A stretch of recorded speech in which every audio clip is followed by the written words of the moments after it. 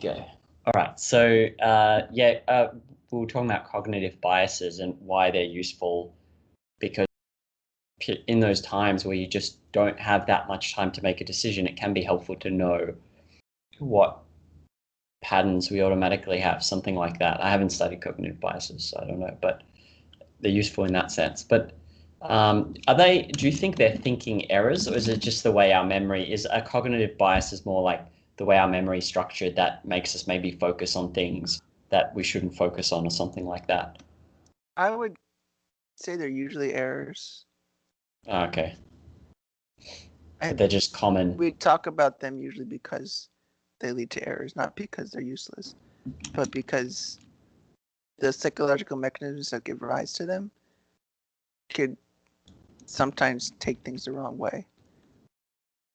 So, like, confirmation bias is the most common one people talk about. Okay. That, like, you have a tendency to interpret things in favor of something you already believe or some theory you already have. Or overemphasizing personality when it's the behavior of other people. I mean, those are examples of cognitive biases that aren't necessarily always wrong, but when we talk about them as biases, we're referring to when we make a mistake with it. Okay. I will read Thinking Fast and Slow, and maybe I'll create another document to ask you all questions. So we'll just skip that. We'll go to volition. This was the section, volition is axiomatic. Let's have a look. The concept of volition is one of the roots of the concept validation and of its subdivisions, such as proof. A validation of ideas is necessary and possible only because man's consciousness is volitional. This applies to any idea, including the advocacy of free will. To ask for its proof is to presuppose the reality of free will. I mean, this makes sense to me, but then when I'm like, in my head, I'm still like, well, can't someone like be doing the motions of proof and like going through a process of proof, even though it's all automatic? Like, it just looks like it's a process of proof. When I started asking myself that, I'm like, okay, something here isn't clear to me. If I'm like, I still don't, like, I get what it's saying, but at the same time, I'm obviously not fully clear on it. Otherwise, I wouldn't be like, well, couldn't you have someone who doesn't have free will and is proving things? Yeah, so I'm not really sure what's missing in my knowledge for me to say, oh, there we go. I even asked the question, what's missing in my knowledge when I say, well, it could just be we're programmed to do all of this, including discovering some concept of volition. Like, clearly I'm not, if this is, yeah, I don't know. I wasn't fully getting it. I think the wording is a bit, I don't like the wording of Peikoff here. I get what he's saying. I wouldn't phrase it the way he does. I think what he's getting at is, I'm looking at my notes I have here. I really don't know where these came from, but again, they're very useful, and I think I wrote them. But anyway, I wrote here, if consciousness were automatic and reacted to deterministically, then by definition, there would be no choice in regard to mental content. So as far as saying needing proof or validation, it's implying that we have a choice in the matter about our mental content, like the thoughts we think of, or what constitutes as evidence, or what constitutes a different idea. I mean, when you're saying, "Oh, give me proof," you're saying, "Give me the evidence such that I can actively change my mind."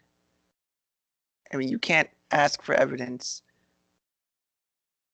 You can't be skeptical of free will and ask for evidence of it, because either you're already presupposing that you would already have free will there, because to be able to change your mind, to form your concepts and think differently about it, that would be volitional. Yeah. Or if you don't have volition, well, it really doesn't matter anyway, because you have no choice in the matter of what you think about. You don't need to ask for proof. It's just, it was just a pointless exercise in argumentation. Mm. But then, like, if I didn't have, so I guess the volition is me recalling, like, if I'm like, I ask myself a question and I bring up a memory, that's like volition, because I'm that process of me speaking to myself and like asking myself, what do I want to do now? And then, okay, I want to do this. That's volition, right? Yeah, like it's a deliberate choice. Okay. And then, It's about directing your consciousness. That when you're asking for proof or validation, you are already directing your consciousness. And that's what it means to even have free will. Like if you want to argue about the existence of free will, you couldn't argue it through evidence per se. It wouldn't change what you think. I know what you're saying. It's an axiom, right? So you can't, it's a starting point. Is that you said, I remember I said starting point of knowledge, but you said that's not the right way to think of it. But it's like you have to begin. It's like the point you begin to think from. Otherwise, you can't think. Yeah, here's the text of what I was reading. Oh, cool. Skype just pops it up on the screen. That's awesome. How does Yeah, it do that? I don't know, but it goes away too fast. You'll have to Ah, yeah, click that's so chat to quick. see. Click chat and Uh, then you'll see it. It's not very long. Concept of volition is one of the roots of the concept validation. Otherwise, validation would be empty of meaning. If consciousness were automatic and reacted. Okay, so actually now I'm seeing, so my question is actually not one of like uh, missing something. I'm actually asking a question. I'm questioning I'm questioning what I'm sensing, which is I'm questioning the axiom of volition. I'm like, well, how do I know it's true that that process of me making the like think asking a question is me choosing and not something from my past? Is would that be it then? If Well, I think that's why it's also like a corollary of consciousness. I mean, volition itself is not per se an axiom, but a corollary of the axiom of consciousness that one is directing consciousness means choices being made that such direction did not happen because it had to. Um, it's kind of like if you have consciousness, like it implies directing it. Like it's conscious of something. It's directed towards something, directed towards identity and things like that. yeah. It's a direct, and by your own awareness of it, like that you know you're doing it. It's not like you're observing it in somebody else. You can recognize it in yourself when you're doing it. Mm. Like you're directing the consciousness in some direction. It's not necessarily making a claim of how much control you have, only that there is control. Oh, okay, so it's saying there's volition and volition. Well, to say it has control to me would imply there is like some statement on the amount. Otherwise, you can't, say like, Yeah. I don't Well, I know mean, what. well, or at least a choice to focus. I mean, there's Yeah. that much control for sure that you can direct your consciousness. I mean, I Right. guess you could come up with other arguments, but P-Cup is really, I think, just addressing the skeptic who wants to say, I want evidence that my, I need evidence of my free will beyond what I already have. What more do they even want? What more do you even have to say? And I could imagine different arguments. Like you're saying, well, somebody could argue that, oh, that we have some choice, but not in any meaningful amounts. That we can only direct a little bit, but it has minimal consequence in our lives and things like that. But that's not the type of person Peikoff is addressing here. Okay. He's straight up That's addressing is what reason do I have to believe in free will anyway, of any sense? choices being made in such direction did not happen because it had to. Okay, cool. So I guess my question, yeah, reduces to one, how do I know that I have volition? But as in, how do I know that's real? Which is then actually reduces to just questioning a corollary of an axiom, which you can't do because in order for me to think about it, then I must accept it. So then that throws out that issue with the how do I know that my choice when I'm thinking the choices I'm making are actual choices.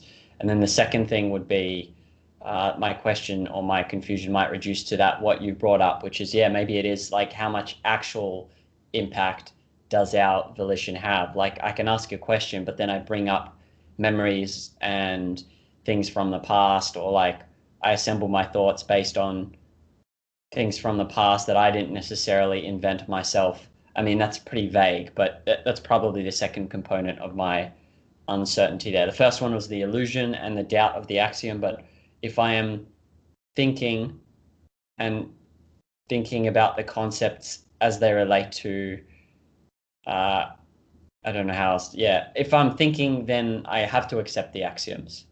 So then that one's done, but two's not addressed in this argument. So Yeah. does what I'm saying like make some sense? Yeah, I would think of it more though as volition is, well, focus on the corollary aspect.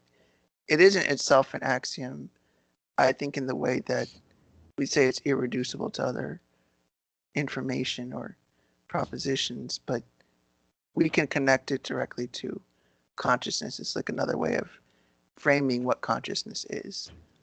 We're specifying more about consciousness. Okay.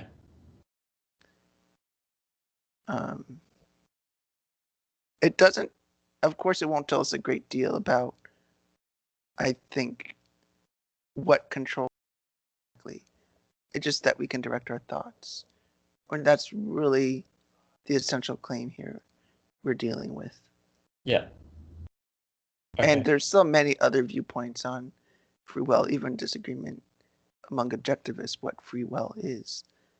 Like I take a more compatibilist approach, which takes principles of kind of determinism, but also free will. And some people think that's a direct contradiction. I don't think it is. Others take a more the libertarian view on free will, which is to say, not to be confused with the political libertarianism. It's just that, like, an absolute sense of free will that things don't have to be as they do, that it could have been otherwise, and implying that there's not much constraint to the way it operates. Yeah. I can't really repeat what the view is exactly, because I think I'd be unfair the way I'm describing it, like almost disparaging it too easily. But I mean, that's the sort of contrast you'll find. Like, you'll find the compatibilist view, which is trying to take constraints on free will and really expound on that. And there's a libertarian view, which is it's more open than the compatibilist would say. And then, of course, determinism, which is just say you have no choice in the matter. It just is what it is, and you can't really change it. You have no way to direct it. So there's a broader discussion and there's a spectrum. There's a view that it can exist on a spectrum from none at all to some to a huge amount. Yeah, but objectivity usually is on the stronger side, of course, and a stronger sense of free will. Okay. I can see it's a complicated topic. For sure. Well, I don't know that much about it, but I think there's a lot we don't control. I guess, yeah, I probably need to sit and spend some time thinking about it a bit more, but. Yeah, and that's why I like philosophy of mind, because it really gets into these questions of exactly the nature of free will. Beyond just this acknowledgement that we have it, like what is actually, how does it operate? Yeah. That's the really complicated thing. Yeah. And then in terms of the way I was questioning, like, how do I know that we're not programmed to do all of this? And it looks like we've got free will, but we don't. And am I right in saying that that's like a question of how do you know what you see is real? It's the same, reduces to the same issue. I think it's very similar. Okay, cool. Not the same question, but very similar. Yeah. You're kind of being skeptical of something that's kind of just there already. It's like, how should I believe that reality is real? It's like what do you want me to say? It's not. Yeah. It can't really explain it. Yeah. You can't. It just is. It just is.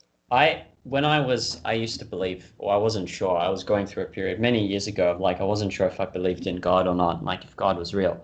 And one of the problems with my thought process was I was stuck in this loop of like for ages, for like over a year, of like, well, how do I know that, like it was questioning my senses. Like, how do I know there's not more?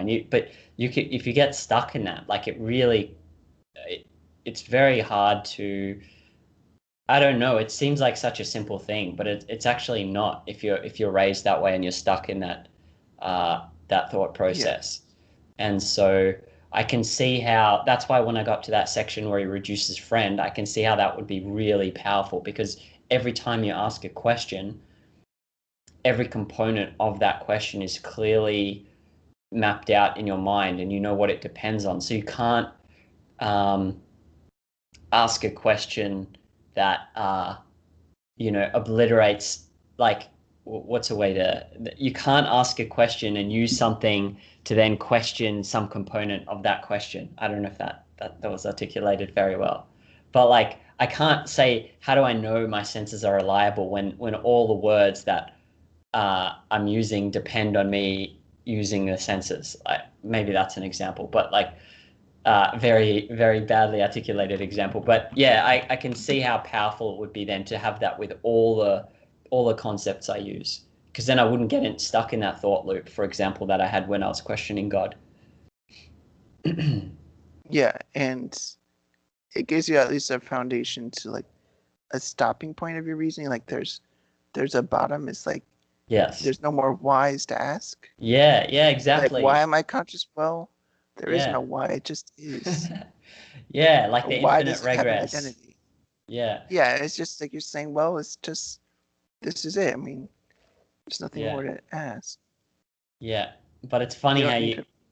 without that you can get stuck for I guess it just shows that thinking is actually quite difficult. Like it's not that obvious to at least it wasn't for me. So maybe it is for everyone else, but definitely not for me. Okay, cool. So we Yes. can skip that. Let's have a look at when the determinist claims that man is determined. This applies to all man's ideas also, including his advocacy of determinism, given the factors operating. Maybe this is it. Let me just check the question because this could be the same. I don't know if this is exactly the same. Okay. Given the factors operating on him, he believes he had to become a determinist, just as his opponents had no alternative to oppose him. How then can he know that his viewpoint is true? Are the factors that shape his brain infallible? Does he automatically follow reason and logic? Clearly not. If he did, error would be impossible to him. Yeah, so like what confused me here was like, okay, if I'm reasonable and logical, how would I be infallible? Like that to me it seems so just because I follow reason and logic, does that mean I'm then infallible? Because that's what seems to be the implication. Because The I way I'm mean, heaps of taking it, people make mistakes, even very true. intelligent people. So when they're making that claim that my determinism has been determined, you would be asking, well, you'd be wondering about what's his reasons, what's his logic. But if he's determined, his reasoning is determined, it would mean that he automatically followed reason and logic. He would either have to claim that he automatically follows reason and logic, that's how he got to like a correct conclusion, or he would seem to be implying that by being correct, his logic got there automatically. Because he's already claiming he couldn't get there voluntarily. It just happened automatically. Yeah. So that would imply like the logic took him there automatically. But he probably would think it's absurd to say that. Like, well, why would I think I'm infallible about reason and logic? Like, I don't know anyone who even claims that they are infallible at reason and logic. Yeah. And they would have to probably say, well, I don't believe anyone can really know anything. Or at some level, I don't think I can know if it's true. It's just my determinism tells me that I feel it. It's just that's where my thinking has gone. It's not like it's been reasoned out or It's not like he constructed an argument. Okay. I see that a little bit more clearly. Well, maybe But think of then, it like a robot. Like they're programmed to act a certain way, and like any conclusions they reach are based on how they've been programmed. mhm. Like it could be their algorithm led to this conclusion about determinism. And it's not about, it means they follow that algorithm automatically. I mean, would you call that reason and logic if it automatically went to there? Like robots make correct decisions all the time. Is it because they were following reason and logic, or they were determined to be that way? Probably just because of the programming. It's not anything about like flawless or infallible reasoning and logic as much as it's always completely following this specific algorithm of a computer reasoning. Couldn't a determinist say, maybe this is my non fully clear understanding of reason and logic, but couldn't he say something like, well, yeah, I'm still following reason and logic. It's just automatic. And reason and logic in general isn't, we know it's not 100% infallible. And so I'm still following reason and logic. And well, actually, then he defeats, then it's like, how does he know what he's saying is true? He doesn't Well, have he could be watering down what it means to use reason and logic. Like, yeah, it's true that the process of reason and logic is infallible anyway. But is he saying it's reasoning to just automatically follow an algorithm? Like, I guess you could call that reasoning, but that's not what people mean by reasoning. Usually they mean like directed attention and things like that, not just you followed an algorithm. Oh, okay. Okay, I see. So it is down to the meaning of reason and logic then. Okay. And I don't know if this will be covered because this is chapter 2 and it's sense perception, and there's a chapter on reason and logic. But if reason and logic is supposed, like reason, he's saying, I guess the implication is, so he can't follow reason and logic since he's determined.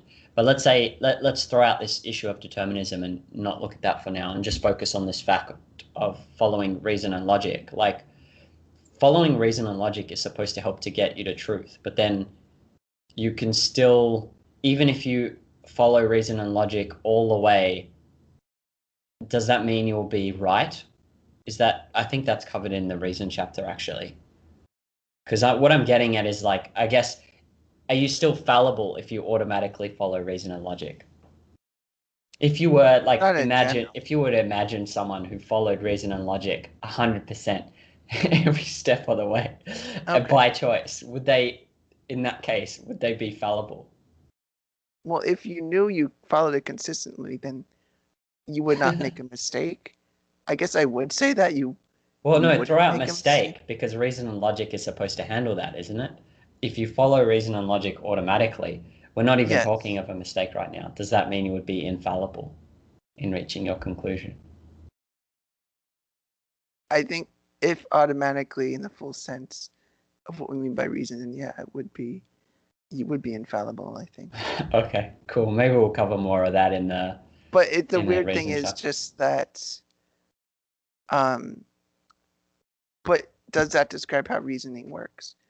I mean, it can only really work in this infallible way if you were a determinist. That Okay. there's no way but the algorithm is followed perfectly every time, and there's no Yeah. error about following the algorithm, or even implementing the algorithm. I mean, yeah, the process of reason is itself not going to be wrong. It's your application that can be wrong, or you could take into account incorrect factors, which I guess then you can start to see what this determinist might be trying to get at if we interpret him charitably. I think Peikoff might be a bit too hard on this imagined determinist, but we would question the determinist as far as, well, what does it mean to reach this conclusion? What's going on in your head anyway? Are you following what we call reason and logic? Is Yeah. there something else? Are you claiming there's an algorithm we meticulously follow and some of us have the right one, some of us have the wrong one. Like you can ask those questions. You can narrow it down more. From the objectivist viewpoint,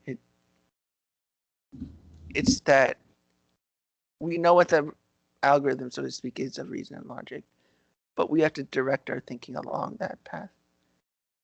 It's not going to just happen automatically. We just have to direct it at each step, as opposed to determinists. Well, you don't need to direct it. It's just happening anyway, regardless of what you think or the way the consciousness is directed. I think that, so I got two thoughts. So one is, yeah, I guess these are, maybe it's fine because Peikoff has extremes, but for the purpose of learning, it's okay because I find this difficult and it's an extreme. Imagine how much more difficult it might be to like, because Sam Harris is very intelligent, right? And so he's a determinist. And so there's different views and they're not, these are not easy things, but Peikoff's just giving extreme examples to try maybe illustrate the point. But yeah, I mean, I would almost say that's something Peikoff does, and I don't really like that he does that a lot. Mm-hmm. But I think as far as illustrating just the point, yeah, you're right. I think you're thinking about it the right way. Okay. And then my other point was that I just realized now that I asked if you did follow reason and logic automatically, would you be infallible? But then I realized, well, the concepts of reason and logic are dependent on volition, because I remember from the Objectivity chapter, we form those concepts because our form of knowledge is not automatic and it's fallible. And so we need some way to guide our thoughts. And so it's that thing I spoke about before, whether it's if I can understand the roots of concepts, then I can even ask better questions. Because it's like me asking automatic reason and logic. I'm like using, what is it? I'm depending on volition and then I'm trying to undo it in the question. So it's that same thing, which is cool. Mm-hmm. I think you're right about saying reason depends on these prior concepts. And that's why I had one answer at first, but then changed my mind because I was saying, well, if these things were automatic and I got rid of those presuppositions of my concept, then sure, you would be infallible. But I recognize that I've thrown out other concepts to think of that answer. Yeah. It's like I'm thinking like as a hypothetical. Imagine I got rid of all these other assumptions I've made about consciousness. Well, then, yeah, I would say reason and logic is just automatic, maybe not infallible, but not a thing I control. It's just some of us get lucky and use it correctly. But that's different than when we're presupposing, like, oh, there's directed consciousness. We have to identify like identity. We have to make evaluations of existence. So that's when everything changes. Mm-hmm. I'm going to just write down something to speak about next, because I think there's a distinction I'm not making. Not now, we'll talk about it another time. And the reason. I think that's more an epistemology question. Yeah, so that's what I mean. I'm going to put it. But as far as, yeah. Okay, let's have a look. What else is here? I'll just quickly copy this note. There we go. You could think of it in contrast to perception. Think of what in contrast to perception? Free will in contrast to perception. Okay. That the information you get is just there automatically. You don't direct your way to form images with your eye. You have no part in that at all. It just happens automatically through your brain.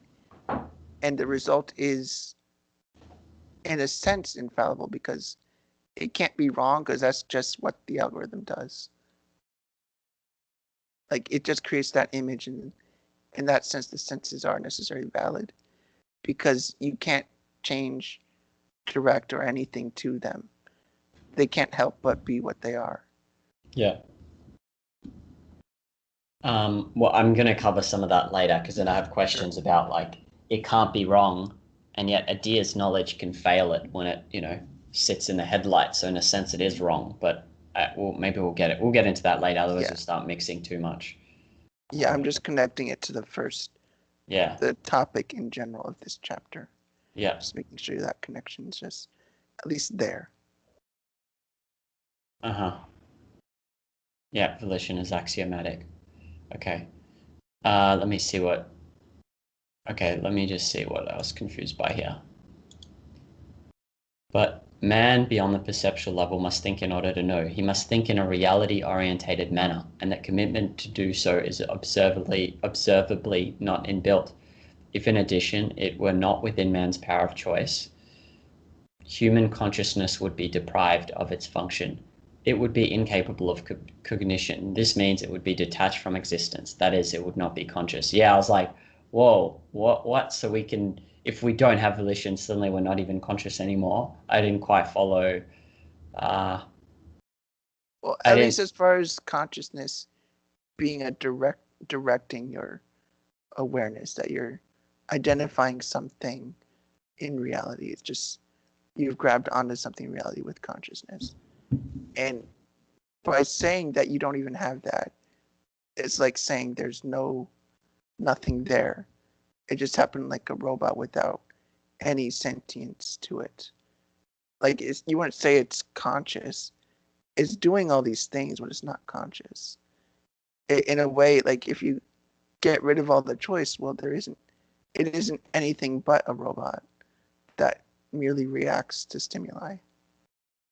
Couldn't you say that about an animal though? And an animal's like we say an animal's conscious. Like it's it doesn't Yeah. have it doesn't have concepts, but it doesn't have it's still conscious. Yeah, it still directs its attention. I mean, it moves its eyes in an attention kind of related way. It's not Yeah, just merely happening. I mean, yeah. even that is operating on some direction of consciousness or awareness, but it's not. If you took away its awareness, it wouldn't be anything. You wouldn't say it's even aware. It would just be like a wind-up toy. It it goes, but doesn't. There's nothing conscious about it. Or maybe more like a light bulb. It doesn't. I mean, it's not. It works fine, but it doesn't need any consciousness. It's just there.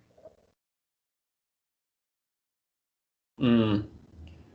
Uh, okay, so for us, if we didn't think we were, I'm still, maybe it's because it's written in kind of extremes. It would be detached from existence and not be conscious. Like, does it, so if you're not conceptual, you can't be perceptual though. Like, what about, you're acting more like an animal than, Well, but I you're, think in this case he's talking about um,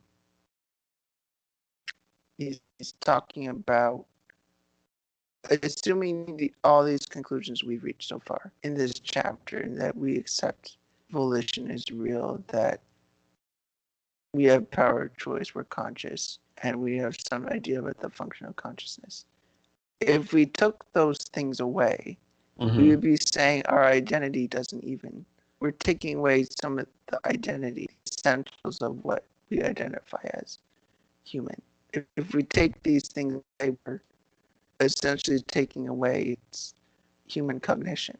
If human nature is about being a reasoning animal, and our means of survival is reason, then to say eliminating these aspects of cognition, we're essentially saying, well, we're depriving it of any function at all. We're saying like it's denying reality in a sense. And there's consequences to that, that if we're not thinking in a reality oriented manner, we'll necessarily be detached. If we're not grabbing onto this way we've been talking about, will, then you'd be detached and deprived of your function and being reduced in the way you think. Okay. It's a bit clearer, but we'll skip it. Um, all right, let's have a look. What are these random questions? Oh, I think I know mistake to an error. I looked it up. So error is something you're not conscious of, and mistake is once you've become conscious of the error. Uh, I and then never thought of it that way. yeah, I looked up. I was trying to find the distinction. Um,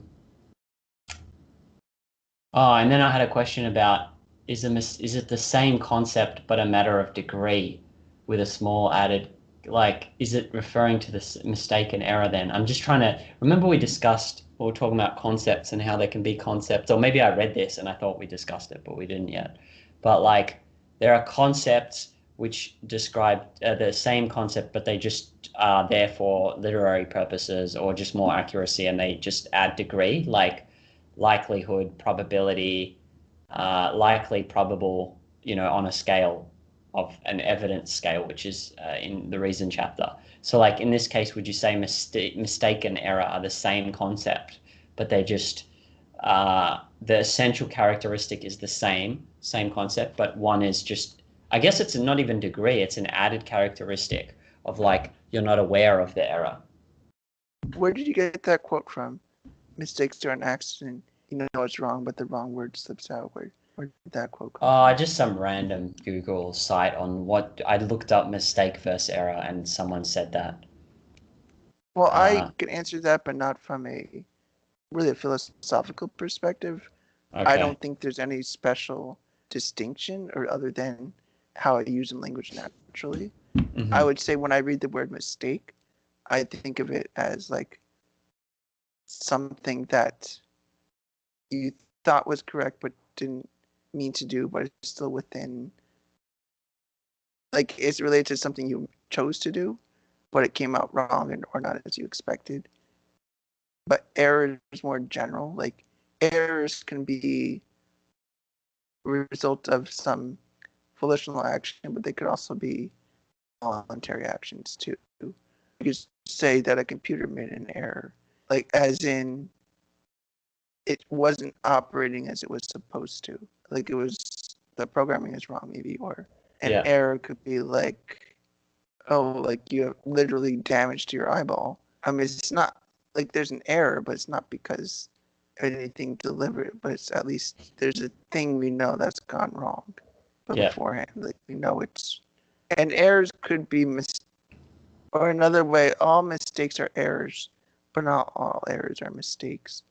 All mistakes are errors, but not all errors are mistakes. Yeah, because that's how I think of it more in the everyday usage when I see it in a book. That's usually what I think of. Like, I think of errors like, I think of a robot flashing red because it can't compute, like, cannot compute, versus like a mistake, like you're playing a sport, but you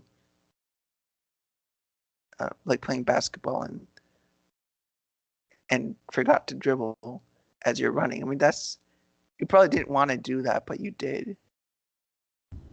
Right. So an accident. Okay. So actually they're both the same. They're both almost the same essential concept. Like there's no, because they both they might not be deliberate. Like an error won't be deliberate, but like a mistake can also not be deliberate. So this distinction of mistake is an error recognized is not, it's just something on the internet. Like, maybe that's it, but the actual concept itself, it doesn't, I don't know if there's necessarily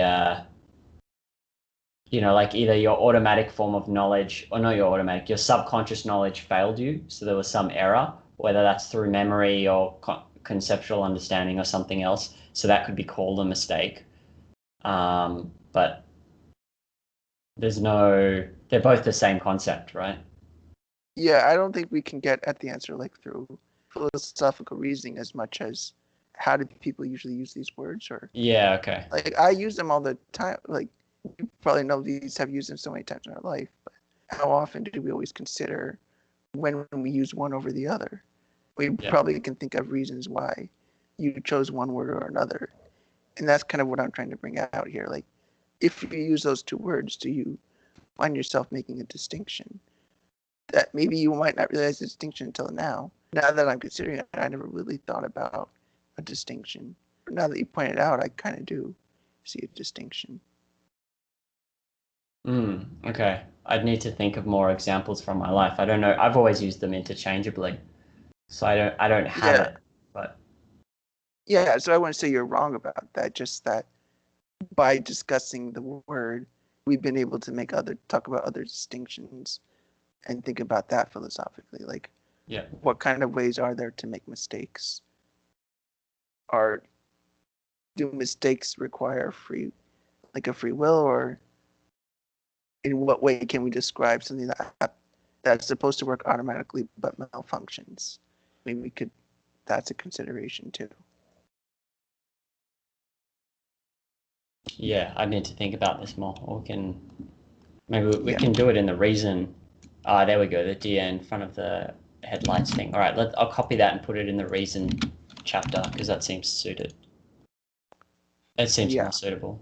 Yeah. Just.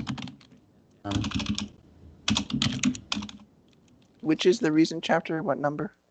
Chapter 5, but let's not do it right now because there's objectivity before, which I'm still going through. But, right. Yeah, you can see in. I haven't yet fully even gone through that chapter yet. So, but the object we can go to. I skipped 3 because I just found it too. Like I get it. I went through some of it. I get it, but it's so abstract, and I had a lot of trouble making connect. Like I get some like genus, species, that all makes sense. The taxonomy, and the thing I posted about trying to like arrange things into a taxonomy. But I skipped the 3 on concept formation for now, for that reason. Can you link it to me? Which one? I don't know what. Whichever one we want to do next. Well, I'll send you the folder, and then you can. Let me just. Yeah. Okay, there you go. And then it's chapter 4, objectivity. Yeah. We've got like another 15 minutes, but just pointing out the time. Yeah, no worries. Okay, cool. Reason. Okay.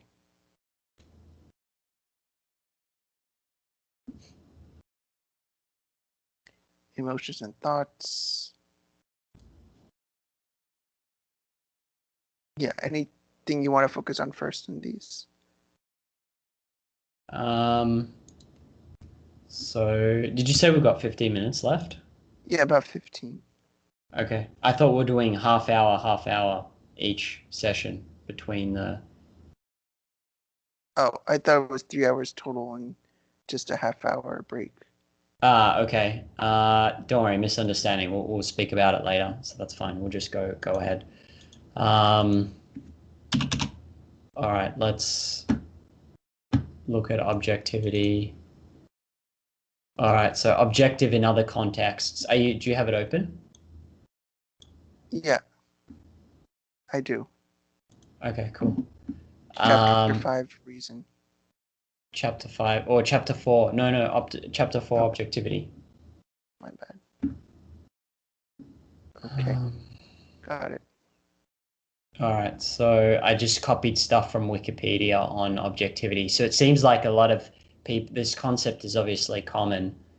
And so generally when people say it, they often mean without emotion, which is close to the objectivist definition. But it's I found this, see, when I read philosophy from Wikipedia, it's so hard, so much harder. Like there's nothing I can pin down. Like reading this definition, truth independent from individual subjectivity, bias caused by perception, emotions. That's like everything. And then it says a proposition is considered to have objective truth when its truth conditions are met without bias caused by a sentient subject. So as long as you're not human, then you can reach truth. Like, so confused reading. Yeah. It all depends on what bias is supposed to be. I mean, I don't think it. Well, have a look here what they always say. Perception, emotions, imagination. So you can't even use your perception. Yeah, or we could say that perception doesn't actually create biases. Is one way you can get out of that part, which is, I think, what the objectivist position would be. That perception doesn't cause a bias. Right. This is, I can see how it'd be difficult though in philosophy because look, these definitions are so different. Like objectivity in the moral framework calls for moral codes to be assessed based on the well-being of the people in the society.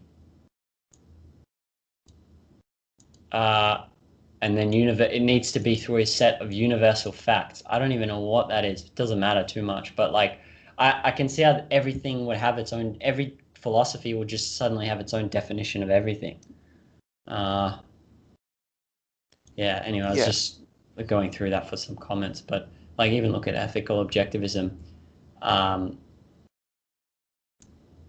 Mind independent moral morality, so it can't be made from using your mind. Mm-hmm. I see what you're saying. I mean, that is largely the issue. I'm looking at different philosophy encyclopedias really quick. All right. I mean, there's the Stanford Encyclopedia of Philosophy. That's a really good one if you want a specific understanding. I think it will be too much to go through, but or like because I can see that I would get stuck in everyone will have its own definition. So even when I read this objectivist texts, like suddenly when I read something new, everything will be changed and different, the definitions. So I'd need to first get one before I move on. Have you found, by the way, like reading objectivism books and OPA, is there a lot of overlap? Like if I then go on to study, I don't know, Plato or Aristotle, have I done a decent amount of work already? Or is it like a reset where, because look how long this is taking me and I can't imagine to do the same process for every philosopher.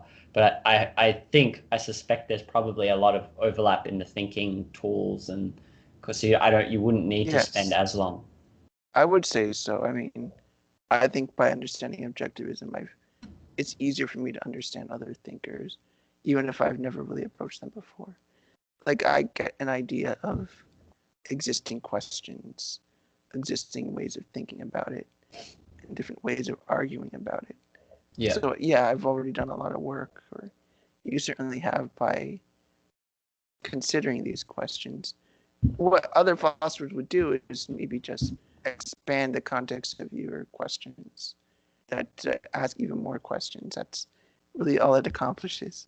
Okay. And of course, asking more questions means also more answers. So there's value in that. Okay, cool. Well, it's good because if I do read more stuff, at least it's good to know that some of this will help me think about it better. All right. Well, why don't we do this and then I'll stop the recording. We'll talk after that. The concept objective, which applies as a norm to all rational cognition, has its roots in the theory of concepts. Objectivity arises because concepts are formed by a specific process and as a result bear a specific kind of relationship to reality. Can a concept can be non-objective then? It's still a concept, right? Or are they no longer concepts at that point? What would they be if they're not concepts? I would say they are concepts. It's just not a concept in the proper sense of what they ought to be. That's okay. All. It still is a concept, I'd say. And so then the essence of a concept is it's something that you've identified as similar, like you've identified similarities and differences in something, and then you've created a name for it, and those similarities and differences could be. So how do you then get a non-objective concept? Well, I think that is the normative way of thinking of concepts. What you said. If we want to think about descriptively, just an idea we hold is just, I guess, is usually some idea we have which we can give a word to, like anything singular in our mind that we consider. There's many ways to define concept, but that's one way to do it. So a unit of something that has many units is the main descriptive. Yeah, or something to that effect. I mean, I don't think it's that important, other than you kind of know what we're talking about, like an idea that you can be distinct in itself, or it can be held distinctly in your mind. Yeah. And concepts could be non-objective in the sense we might in fact be biased in the way we consider things, that we might be biased to our emotions, maybe in the sense that we might take emotions as facts in the same way that the sun rises every day as a fact, and that could lead to a non-objective concept because it's not actually dealing with the way reality is, or you could go based on just a blind urge, and you could say you could create ideas and concepts based off that, but it wouldn't be really using any objective process or any process of finding the truth independent of yourself. Can you? I didn't follow all of that. Can you? The latter part confused me. With the sun rising, like that's a fact, and then there's an emotion which you can. Well, I guess an emotion like comparing that to an emotion like just the feeling that I don't know that mosquitoes annoy you or something like it's not necessarily like a fact you evaluate. I mean, it's true they annoy you, but it doesn't. We can't really make a concept out of that because I mean, it's more like that. If a concept is not objective, you're using material or information that's not about the way reality is, or it's just about a particular bias you have. Oh, okay. So you can build it on an experience that you have, but that's not that experience. Like the way the way you interpret or feel about a mosquito is your experience, but it's not. I sort of get what you're saying, but Yeah, it's not that everybody has that same experience of a mosquito bite or a mosquito being annoying. I mean, even if we did, we still wouldn't use that to come to any conclusion. We wouldn't say that because mosquitoes are annoying to me, therefore it's annoying for everyone, so I'm going to build up a concept connected to that. yeah. You could identify a fact like that you have feelings about mosquitoes. I mean, that would be a non-biased way of framing it. That is not privileging your specific reaction as the one true answer.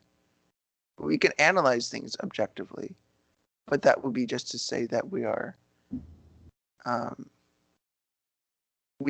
biasing it towards some specific answer beforehand, and that we're just considering the facts as they are.